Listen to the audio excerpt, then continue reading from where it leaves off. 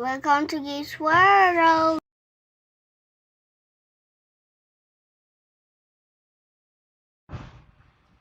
Si Pagong at si Matsing. Matalik na magkaibigan sina Pagong at Matsing. Lagi silang magkasama. Isang araw, lumakad ang dalawa upang maghanap ng makakain. Lumakad sila ng lumakad hanggang sa sila ay makarating sa ilog. Matsing, Pagong, nakikita mo ba ang nakikita ko? Oo nga, swerte natin. Ano?